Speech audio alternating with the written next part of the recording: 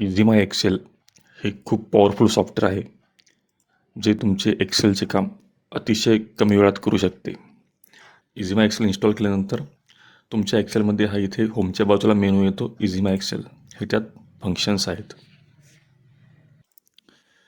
Selection करून फक्त 1 2 3 सिलेक्शनला click करा. ऑटोमॅटिक नंबरिंग होऊन जाईल.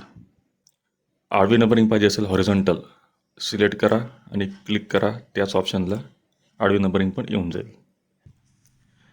फिल्टर केलेल्या डाटाला सुद्धा तुम्ही नंबरिंग करू शकता. राईट साईडचा व्हॅल्यू बदलल्यानंतर नंबरिंग पुन्हा 1 पासून चालू व्हायला पाहिजे असे करायचे असेल तर 2 कॉलम सिलेक्ट करून तुम्ही सिम्पली 1 2 3 ऑन राईट व्हॅल्यूला क्लिक केले तर तुमची नंबरिंग ऑटोमॅटिक जेव्हा व्हॅल्यू बदलेल त्यावेळेस पुन्हा 1 पासून सुरू होऊन जाईल. ज्यावेळेस तुम्हाला अशा व्हॅल्यू खाली फिल करायच्या असतात ते तुम्ही एका क्लिकमध्ये करू शकता. फक्त सिलेक्शन केल्यानंतर क्लिक करायचं, फिल बँक्स अबोव याला क्लिक करा. लगेच तुमच्या व्हॅल्यू ऑटोमॅटिक फिल होतील. तुम्ही बऱ्याच वेळा असे फॉर्मॅटिंग केलेले असते, कलर दिलेला असतो, तो तुम्हाला काढून टाकायचा असेल, फॉर्मॅटिंग काढायचं असेल, तुम्ही सिम्पली क्लिअर फॉर्मॅटिंगला क्लिक केले तर तुमची फॉर्मॅटिंग क्लिअर होऊन जाईल.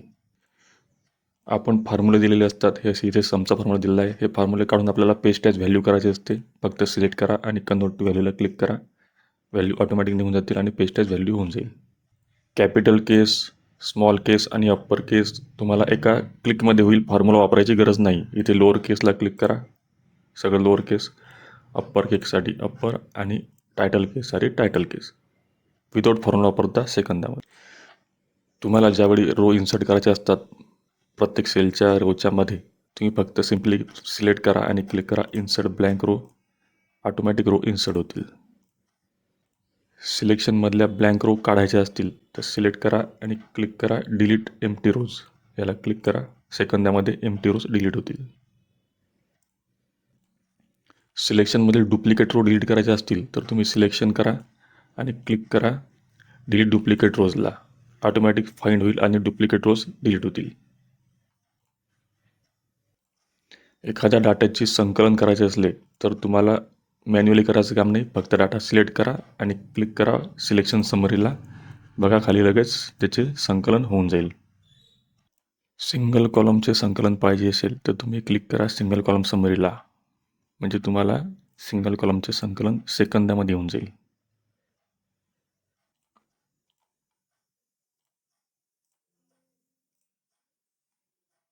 तुम्ही सेकंदामध्ये टोटल आणि ग्रँड टोटल करू शकता. फक्त सिलेक्ट करा आणि क्लिक करा टोटल सब टोटलला आणि बघा इथे प्रत्येक व्हॅल्यूच्या खाली एक नवीन रो इन्सर्ट झाली. त्याची टोटल ऑटोमॅटिक तयार झालेली आहे आणि सगळ्यात लास्टला ग्रँड टोटल क्लिकमध्ये मिळाली.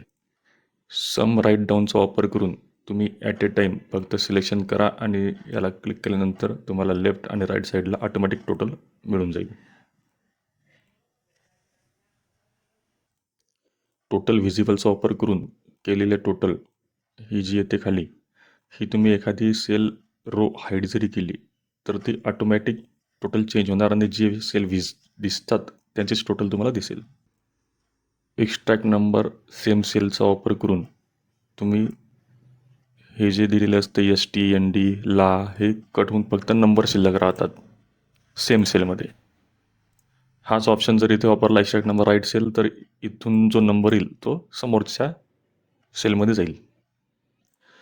आता हे जे नाव असतात first name, last name, middle name, हे तुम्ही मर्ज करून करू शकत नाही एकत्र, ते असे होते.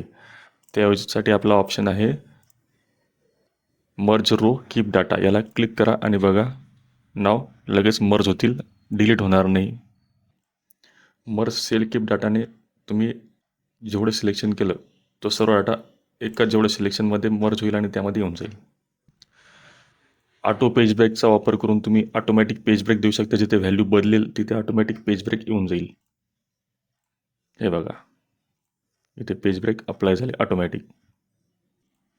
ऑटो पेज सेटअपचा क्लिक करून तुम्ही आपल्याला पेज प्रिंट करायसाठी लिगल पाहिजे, A4 पाहिजे, लँडस्केप पाहिजे, पोर्ट्रेट पाहिजे, एका सेकंदामध्ये करू शकता. नंबरचे वर्ड्समध्ये कन्वर्ट करण्यासाठी तुम्ही फक्त सिलेक्ट करा आणि क्लिक करा नंबर टू वर्ड्स. तुम्हाला लगेच सेकंदामध्ये अक्षरामध्ये रक्कम येऊन जाईल.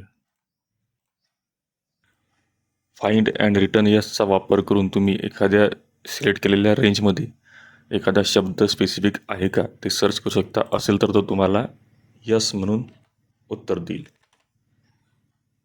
रिप्लाय देईल. हे बघा, आपण आलोक सर्च केलं, जिथे जिथे आलोक आहे ते आपल्याला यस म्हणून मिळालं.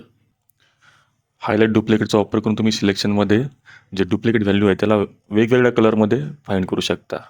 जे एक कलर सेम दिसतो तो एक डुप्लिकेट आहे आणि जे दुसऱ्या कलरमध्ये दिसतं दुसरं डुप्लिकेट, म्हणजे प्रत्येक डुप्लिकेटला नवीन कलर.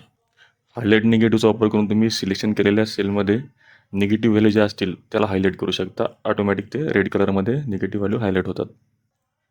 युनिक कलर व्हॅल्यूला क्लिक केल्यानंतर तुम्ही जेवढे व्हॅल्यू युनिक असतात म्हणजे ते चेंज होतात, तिथे तुम्हाला वेगवेगळा कलर अप्लाय होऊन जातो. हे बघा, जेव्हा तुम्ही डेट ऑफ बर्थ टाकता, काही कॉम्प्युटरमध्ये MMTDYY असते आणि काही DDMMYY असते. पण तुम्ही हा ऑप्शन जर क्लिक केला DDMMY करेक्ट कन्वर्ट म्हणून, तर ऑटोमॅटिक ते कन्वर्शन होऊन तुम्हाला राईट डेट मिळेल. बघा इथे आता हे 7/17 आहे आणि 17/7 आहे. पण तुम्ही जर याला क्लिक केले तर तुम्हाला करेक्ट डेट मिळून जाईल, ऑटोमॅटिक होईल. एज कॅल्क्युलेटरचा वापर करून तुम्ही सध्याचे एज किंवा जे आपल्याला डेट पाहिजे असेल त्या डेटनुसार तुम्हाला एज एका सेकंदात कॅल्क्युलेशन करून मिळून जाईल. हे बघा, रिटायर कॅल्क्युलेटरनं तुम्ही त्याची रिटायरमेंट डेट कॅल्क्युलेट करू शकता. 58 इयर असते आपली, ती तुम्ही सेकंदामध्ये ती कॅल्क्युलेशन करून तुम्हाला मिळून जाईल.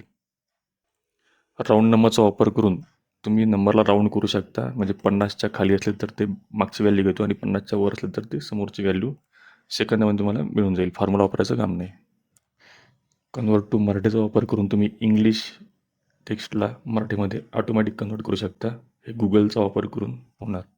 सिलेक्शन करा आणि क्लिक करा कन्वर्ट टू मराठीला.